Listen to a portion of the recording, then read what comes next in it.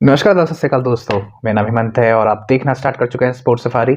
आशा करता हूँ जितने लोग मुझे देख रहे होंगे सब खुश होंगे, सुखी होंगे और एक छोटा संदेश, खुश रहिए, अपने आसपास के लोगों को जरूर खुश रखिए। तो आज मैं आपके सामने कुछ मुद्दों पे बातचीत करने के लिए आया हूँ। उसमें सबसे पहला एक छोटा सा सेगमेंट मैं आपके सामने पेश करना चाहूँगा। जी हाँ, मोहसिन अली साहब जो पाकिस्तान के बहुत वरिष्ठ पत्रकार हैं, बहुत वरिष्ठ जर्नलिस्ट हैं और आपने इनको रिजवान हैदर चैनल में देखा होगा, जो पाकिस्तान में ही नहीं, इंडिया में ही नहीं, पूरे ऑल ओवर जो हिंदी भाषी जो लोग हैं, जो या उर्दू को फॉलो करते हैं या हिंदी को बोलते हैं, उनमें बहुत ही कहते हैं प्रसिद्ध एक चैनल है रिजवान हैदर जो पाकिस्तान का है। उसमें आपने इनको सुना होगा। और सबसे पहले रिजवान हैदर साहब के साथ एक टीवी शोज में आया, एज अ गेस्ट आते थे और बातचीत उनके साथ करते थे। लेकिन फिर रिजवान हैदर साहब ने अपना एक यूट्यूब चैनल बनाया जिसमें इन दोनों की जोड़ी को बहुत सराहा गया। रिजवान हैदर साहब अपने कामनेस और वहीं मोहसिन अली साहब अपने बेबाक राय के लिए बहुत मशहूर है। और फिल्टर आप कह सकते हैं थोड़ा नहीं है, लेकिन अपनी जो बातें हैं बहुत ईमानदारी के साथ रखते हैं। तो कुछ दिनों पहले ही इन्होंने खुद का भी अपना एक यूट्यूब चैनल स्टार्ट किया है, आपका मोहसिन अली। उसमें ये लाइव आए थे, तो मैंने इनके साथ एक छोटा सा लाइव सेशन में पार्ट लिया था जिसमें मैंने इनसे एक छोटा सा मासूम सा सवाल पूछा था। आप देखिए इस सेगमेंट को आगे। जी हेमंत साहब। हेलो सर, कैसे हैं आप? मैं बढ़िया, आप बताएं। सर आपको हम तब से फॉलो करते हैं जब से गाबा का ढाबा आपने फेमस कर दिया इंडिया में। अरे अभी तो आप कल से हमें फॉलो कर रहे हैं, तो कल की बात है गाबा का ढाबा। सर मुझे थोड़ा सा एक सवाल पूछना है आपसे। जी ज्यादा सा पूछे, थोड़ा सा क्यों? ये सर पीसीबी की ये गद्दी जो है आपके वहाँ, ये इसमें ऐसा क्या जादू है कि जब इसमें कोई बैठता है तो उसके जो ख्यालात होते हैं वो बदल जाते हैं, और पीसीबी की गद्दी से जब वो बाहर आता है तो उसके ख्यालात बदल जाते हैं। छोटा सा उदाहरण मैं आपके सामने पेश करना चाहूंगा। मोहम्मद वसीम का। हाँ, मोहम्मद वसीम का। कल मैं उनका एक सर वीडियो देखा था जिसमें उन्होंने बोल वसीम करके अपने यूट्यूब चैनल में आए थे। वो ऑस्ट्रेलिया के खिलाड़ियों को बहुत अच्छा ज्ञान दे रहे थे कि कैसे यहाँ इन कंडीशंस में खेलना है। और जब यही ऑस्ट्रेलिया की टीम आपके यहाँ पाकिस्तान में मैच खेलने आई तो आपके वहाँ पेस बॉलरों की इतनी पाकिस्तान जाना जाता है अपने पेस बॉलर के लिए, और इन्होंने अपने वहाँ पिचेस ऐसी बनाई ये कह के कि हमारे पेस बॉलरों का जो एक्सपीरियंस उतना नहीं है जो ऑस्ट्रेलिया का, जैसे पैट कमिंस है या मिचेल स्टार्क है। तो सर ये अलग अलग तरीके से किस तरीके से ऐसा हो जाता है, ऐसा क्या है गद्दी में सर आपकी पीसीबी की? अभी बताता हूँ। गद्दी में ऐसा ही है कि देखिए, जब पैसे मुफ्त के 10-12 लाख मिलते हैं ना तो आप उनके प्यारे, जब वो पैसे बंद हो जाते हैं तो वो आपके प्यारे। कल तक आप $1 बिलियन बोर्ड थे, ब्लैंक चेक था, फलाना था, फलाना था, फलाना था, हमने इंडिया की आंखों में आंखें डाला, हमने फलाना किया। कि आपने देखा, मैंने मोहसिन साहब से एक सवाल किया था जिसमें मैंने ये पूछा उनसे कि भाई ये पाकिस्तान की गद्दी में आखिर ऐसा जादू क्या है? ये जादू, अब देखिए रमीज आज़ाद साहब पे तो मैंने बहुत ऑलरेडी वीडियो बना चुका था और बहुत ज़्यादा उनको मैंने हमेशा उन पे बात करता था। लेकिन ये पीसीबी के जो चेयरमैन थे पूर्व मोहम्मद वसीम, जो अपना पहले यूट्यूब चैनल चलाते थे पीसीबी के चेयरमैन बनने से पहले, ठीक, उसमें इन्होंने बहुत खिलाड़ियों के लिए आवाज़ उठाई थी कि भाई ये खिलाड़ी होना चाहिए। इवन इनके उसमें फवाद आलम बहुत ज़्यादा हिट लिस्ट पे था कि भाई फवाद आलम को क्यों नहीं खिलाते। ये पीसीबी चेयरमैन बनने के, पीसीबी के क्या कहते हैं, जो आपके चीफ सेलेक्टर बनने से पहले की बात है। जैसे ही पीसीबी के चीफ सेलेक्टर बने, इन्होंने भी फवाद आलम को बहुत, कहते हैं ना, जिसके ऊपर जब इन पे हाई प्रेशर बन चुका था तब इन्होंने फवाद आलम को खिलाया और फवाद आलम को 3 और 4 इनिंग्स के बयान में इन्होंने फिर से बाहर कर दिया। सरफराज को लेट खिलाने का जो मैं कहते हैं कसूरवार, इनमें से मोहम्मद वसीम भी बहुत बड़े कसूरवार हैं।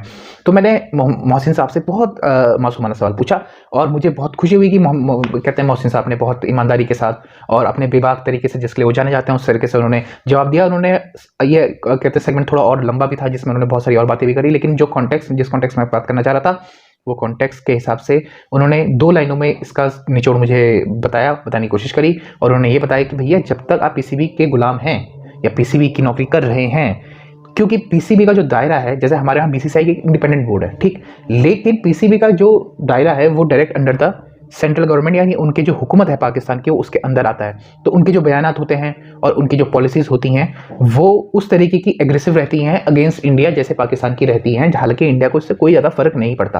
तो उन्होंने साफ बोला कि भैया जब तक पैसा मिल रहा था तब तक ये जी हुजूरी कर रहे थे, ठीक, आंखों में आंखें इंडिया की डाल रहे वाली बातें करते थे। और जब जैसी पीसीबी की जो कहते हैं गद्दी है चीफ सेलेक्टर की उनसे हटी है, तो ये फिर से अपने यूट्यूब चैनल में आ गए हैं। जैसे मैंने आपको ऑलरेडी बताया था कि ये अपने दोबारा यूट्यूब चैनल में आएंगे, और ये आए और इन्होंने फिर से ऑस्ट्रेलिया के खिलाड़ियों को ज्ञान देना स्टार्ट कर दिया, जबकि इनके टेन्योर पे इंग्लैंड इनको मार के गई है, ठीक है, ऑस्ट्रेलिया इनको मार के गई है, ठीक है, ठीक।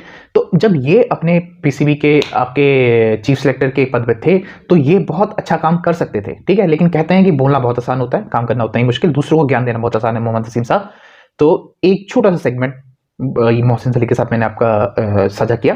तो अब हम आना चाहते हैं दूसरे टॉपिक पे, और वो दूसरा टॉपिक कुछ और नहीं, विराट कोहली का पॉडकास्ट है, जो आरसीबी के प्रोग्राम में, पॉडकास्ट में उन्होंने एक बात कही और उन्होंने अपना जो दुख और दर्द है जो पिछले सालों से, इतने सालों से वो कहते हैं उसको मन में दबा के आए हुए हैं, या बहुत ज़्यादा उतनी बात नहीं करी जाती है उसके बारे में, तो उन्होंने उसका जिक्र करते हुए कहा कि जब मैं बुरे दौर से गुजर रहा था तो मैं 2 लोगों का बहुत शुक्रिया अदा करना चाहता था। एक तो उनकी जो वाइफ है अनुष्का शर्मा, जिन्होंने उनके हर अच्छे और बुरे दौर में उनका साथ दिया, क्योंकि उनकी जीवन साथी है, तो उनका वो बहुत ज़्यादा शुक्रिया उन्होंने अदा किया उस पॉडकास्ट में। और दूसरा उन्होंने महेंद्र सिंह धोनी का नाम लिया। महेंद्र सिंह धोनी के बारे में उन्होंने ये कहा कि उन्होंने मुझे एक बात बोली जिससे उन्होंने उससे काफ़ी मोटिवेशन हुई, या जिससे उनको काफ़ी प्रेरणा मिली। वो ये थी कि जब आप अच्छा करते हैं तो बहुत से लोग आपको ये कहना भूल जाते हैं कि आप कैसे हैं, और ये बात सत्य है, साइकोलॉजिकली ये बात सत्य है। जब आपको कोई इंसान बहुत बाहर से खुश दिखाई देता है और ऐसा दिखाई देता है कि आप दूसरा बहुत अच्छा कर रहा है, तो आपको लगता है इसके जीवन में कोई और परेशानियां नहीं है, ये एक ह्यूमन साइकोलॉजी है।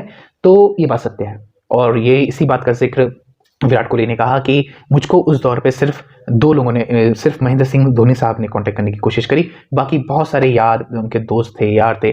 तो अब वो कहते हैं कि अब उनको पता चल गया है कि बुरे दौर पे कौन उनके साथ था और कौन नहीं। तो उन्होंने फिर, अब बात चली थी कैप्टेंसी के हवाले से, तो उन्होंने एक बात बोली कि मैंने मेरी उनकी कप्तानी में, विराट कोहली साहब की कप्तानी में इंडिया ने 2017 की चैंपियंस ट्रॉफी भी खेली, ठीक है। 2019 में शायद 2019 में इंडिया ने वर्ल्ड कप का सेमीफाइनल भी खेला जो न्यूजीलैंड से इंडिया हारी, ठीक। और टेस्ट मैच में इंडिया की रैंकिंग भी बहुत सुधरी, हालांकि WTC फाइनल जो था इंडिया वो हार गई और इंडिया WTC फाइनल तक पहुंची विराट कोहली की कप्तानी में। तो उन्होंने कहा कि मुझको अभी भी एक लोग जो हैं बाहर के, हालांकि उन्होंने ये बात मीडिया को लेके बोली और जो लोगों का परसेप्शन है उसको लेके बोली, तो उन्होंने कहा कि भाई लोग मुझे अभी भी एज अ फेल कैप्टन की तरह देखते हैं, हालांकि मैं खुद को ऐसा नहीं देखता हूं। मेरे हिसाब से मैं एक प्रोसेस पर विश्वास रखता हूं, जो महेंद्र सिंह धोनी का बहुत जिक्र हुआ करता था कि महेंद्र सिंह धोनी भी इस तरीके से प्रोसेस पर विश्वास रखते थे। तो इस बात का उन्होंने जिक्र किया। अब देखिए, मैं आपको एक बात बताना चाहता हूँ। देखिए, हर एक जो कैप्टन होता है ना, उसकी यूएसपी होती है। जैसे महेंद्र सिंह धोनी है, तो महेंद्र सिंह धोनी को आपने देखा होगा बहुत प्रोएक्टिव रहते थे T20 और वनडे में, हालांकि धोनी साहब का उतना अच्छा प्रदर्शन टेस्ट मैच में नहीं था। उसके पीछे रीजन मैं आपको बताने की कोशिश करता हूँ जितना मैं समझ पाया। आपने देखा होगा धोनी की यूएसपी क्या थी। धोनी साहब चाहते थे, उनकी टीम में अगर आपने देखा होगा, श्रेयस रैना, युवराज सिंह, वीरेंद्र सहवाग, ठीक। तो ये कुछ ऐसे नाम थे जो बहुत अच्छे बैट्समैन थे, लेकिन धोनी साहब इनको एज अ बॉलिंग के लिए भी यूज किया करते थे। और आपने देखा होगा बहुत सारे महत्वपूर्ण मैचों में और इवन बहुत सारे महत्वपूर्ण टेस्ट मैचों में बहुत ज्यादा क्रूशियल मोमेंट पे सुरेश रैना, युवराज सिंह, ठीक, वीरेंद्र सहवाग, इन्होंने वर्ल्ड कप में इंडिया को विकेट्स दिलाए हैं। फॉर एग्जांपल आपने देखा होगा युवराज सिंह का वो स्पेल आपको याद आता होगा जो उन्होंने पाकिस्तान के अगेंस्ट किया है, और मैन ऑफ द टूर्नामेंट रहे थे 2011 वर्ल्ड कप में महेंद्र सिंह धोनी की कप्तानी में, ठीक। तो धोनी साहब की यूएसपी थी कि वो ज्यादा विश्वास रखते थे ऐसे खिलाड़ी जो पार्ट टाइम, जो अच्छे बैट्समैन होने के साथ पार्ट टाइम बॉलिंग कर सके, क्योंकि कभी भी किसी भी बॉलर का अच्छा बुरा दिन हो सकता था। और पिच के लिहाज से अगर किसी को ट्रैक में टर्न मिल रहा है या स्लो थोड़ा ट्रैक हो रहा है तो वो यूटिलाइज कर पाए, और इसका फायदा धोनी साहब को बहुत ज्यादा टेस्ट में, बहुत ज्यादा वनडे में और बहुत ज्यादा T20 में मिला। लेकिन टेस्ट मैच में धोनी साहब को इसलिए रिकॉर्ड उनके अच्छे नहीं रह पाए मेरी नजर में, क्योंकि टेस्ट मैच में आपको स्पेशलिस्ट चाहिए होते हैं, स्पेशलिस्ट बॉलर और स्पेशलिस्ट बैट्समैन, तो वहां पे थोड़ी दिक्कत रही। लेकिन जब कोहली साहब ने अपनी कप्तानी का जिम्मा संभाला तो कोहली साहब के उसमें हमको एक ट्रेंड देखने को मिला। वो ये ट्रेंड था कि फास्ट बॉलिंग पे कोहली साहब का जो रिवोल्यूशन आप कह सकते हैं वो कोहली साहब की कप्तानी में आया। क्यों? क्योंकि देखिए कोहली साहब का एक सिंपल सी फिलॉसफी थी, आप या तो टेस्ट जीतो या टेस्ट हारो। तो अगर आप टेस्ट मैच की बात करो तो इंडिया ने बाहर 5 बॉलर के साथ भी गई है, जो पहले नहीं होता था, ठीक। 7 बॉलर 4 खिलाड़ी ऐसा करके जाते थे, लेकिन कोहली साहब की कप्तानी में 5 स्पेशलिस्ट बॉलर भी खेले हैं, ठीक। वो इसलिए खेले हैं क्योंकि कोहली साहब को विकेट की अहमियत पता है कि अगर आप 20 विकेट लेंगे तभी आप टेस्ट मैच जीतेंगे। और पेस बॉलिंग को और अपने पेसर्स को बैक करने की जो क्षमता कोहली साहब ने दिखाई थी, मैं उसके लिए कोहली साहब का बहुत बहुत धन्यवाद देता हूं। और कोहली साहब हमेशा इस बात के लिए जरूर जाने जाएंगे कि फास्ट बॉलिंग का रेवोल्यूशन में कोहली साहब का बहुत बड़ा रोल था। और दूसरा रोल जो था फिटनेस का था। देखिए आसान नहीं होता T20 में, वनडे में और टेस्ट मैच में, तीनों फॉर्मेट में जिस तरीके से कोहली साहब ने अपने आप को मेंटेन किया है, वो एक मिसाल है दूसरे खिलाड़ियों के लिए भी। वो ये मिसाल है कि आप अपनी फिटनेस का ध्यान रखिए, क्योंकि आप सिर्फ अपने नहीं अपने देश को रिप्रेजेंट कर रहे हैं और आपकी जरूरत बहुत ज्यादा क्रूशियल मोमेंट पे हो सकती है। तो फिटनेस पे जो रिजीम, जो नया रेवोल्यूशन दूसरा आप कह सकते हैं वो लाया गया है कोहली साहब की कैप्टनसी में। लेकिन देखिए जब बात आती है आपकी ICC टूर्नामेंट्स की, हाँ ये बात सत्य है इंडिया 2017 की चैंपियंस ट्रॉफी में खेला, ठीक। ये बात भी सत्य है इंडिया सेमीफाइनल में वर्ल्ड कप के 2019 में भी खेला।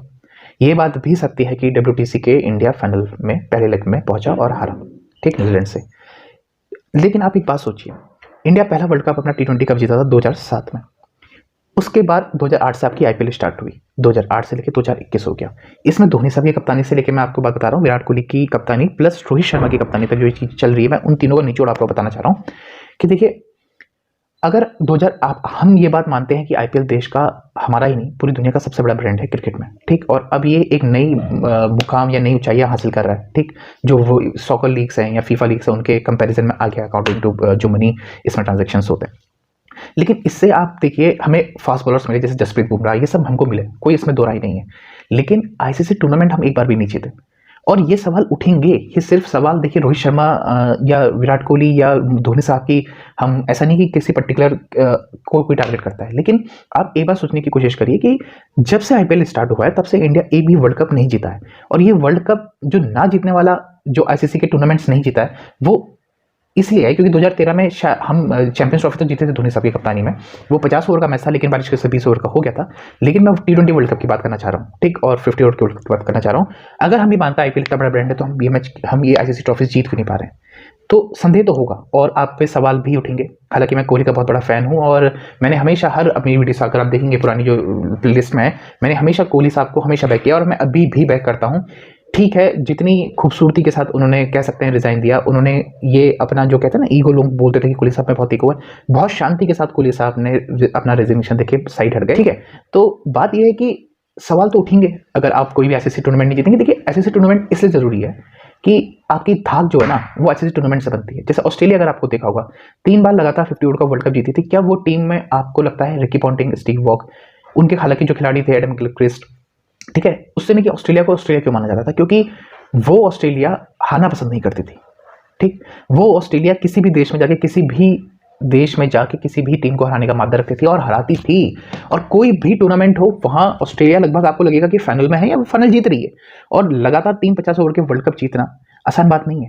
तो हम ऑस्ट्रेलिया का वो दौर याद करने की कोशिश करते हैं। अगर हम ये कहते हैं कि आज इंडिया का वही दौर है जो ऑस्ट्रेलिया का वो दौर 90s में और अर्ली 2000 में था, तो हमको आईसीसी टूर्नामेंट जीतने पड़ेंगे और ये जरूरी है। क्योंकि अगर हम मानते हैं कि आईपीएल सबसे बड़ी लीग है और सबसे बड़ा ब्रांड है क्रिकेट का और हमको सबसे ज्यादा फायदा हो रहा है, तो हम T20 वर्ल्ड कप हमको जीतना पड़ेगा। ठीक, क्योंकि ये एक तरीके का स्टेटमेंट होगा दूसरे मुल्कों के लिए भी और आपकी इससे ब्रांड वैल्यू भी बढ़ेगी। क्योंकि आप देखिए, अगर हम नहीं जीत पा रहे हैं कोई भी ट्रॉफी T20 वर्ल्ड कप की, ठीक, तो इसका मतलब है दूसरे देश जीत रहे हैं और दूसरे देश के खिलाड़ी आईपीएल में खेल के जाते हैं, तो उनको तो दोहरा फायदा हो जाता है। वो तो एशियन कंट्रीज में एक तो खेल भी पाते हैं, दूसरा जो क्योंकि क्राउड भी बहुत बड़ा होता है इंडिया में, आपने देखा होगा आईपीएल के मैच में, तो प्रेशर हैंडलिंग एबिलिटी है वो भी बहुत अच्छी हो जाती है इन लोगों की। ठीक, तो इसका फायदा, जितना आईपीएल का फायदा दूसरे देशों के खिलाड़ियों ने लूटा है, आप कह सकते हैं या कमाया है, उतना फायदा हमको नहीं मिला in terms of ICC trophies. तो देखिए, सवाल उठेंगे। पर यह बात है कि कोहली साहब की इस बात से मैं बिल्कुल एग्री करता हूं, उन्होंने हमेशा अपना 100% दिया है और वो जब तक खेलेंगे वो अपना 100% देते रहेंगे, इसमें कोई शक नहीं है।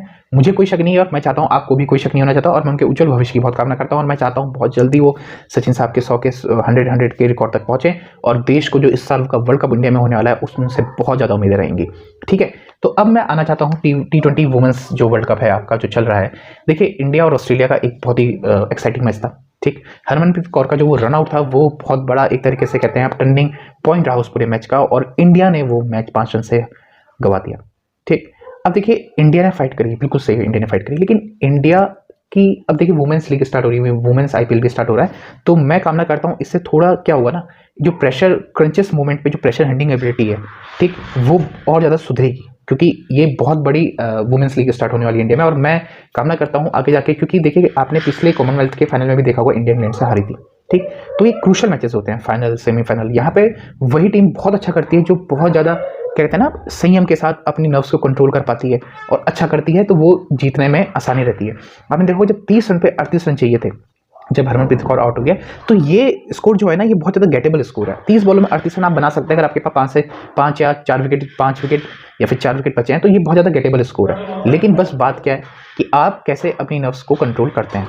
ठीक, अब एक और मुद्दा पे हम आते हैं, वो है शोएब अख्तर साहब। देखिए, शोएब अख्तर साहब अपने कहते हैं फास्ट बॉलिंग क्लब जाने जाते थे। दूसरा, अपने विवादास्पद बयान जो होते हैं ना उनके बहुत ज़्यादा वो देते हैं और उसके लिए बहुत ज़्यादा फेमस है। सुर्खियों में कैसे बने रहना है शोएब अख्तर साहब को, ये बात आती है।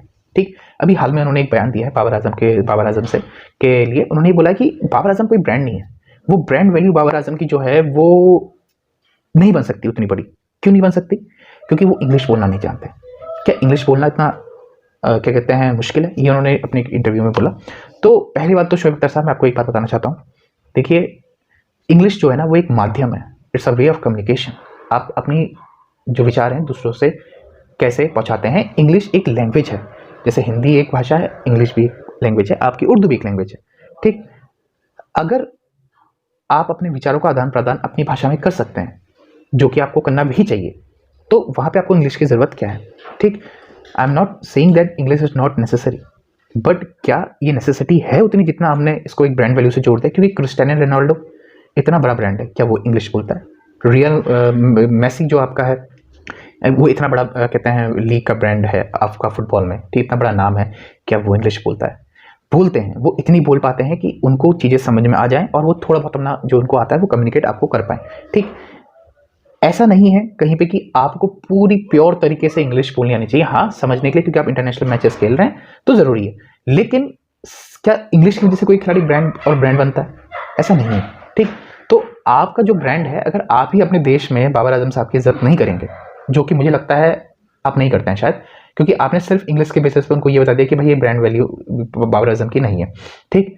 आपके आईसीसी टीम्स की T20 वनडे में बाबर आजम क्या रहता है, वो कहते हैं बहुत ज़्यादा कंपेयर किया जाता है उनको कोहली से, ठीक। हालांकि मैं इस बात को नहीं मानता, कोहली और बाबर आजम में भी बहुत ज़्यादा फ़र्क है, क्योंकि कोहली की जो 100s है ना वो चेजिंग कॉस्ट पे आती हैं, और वो मैच लगभग, अगर कोहली का 100 है तो लगभग 99% आप वो मैच जीतते हैं।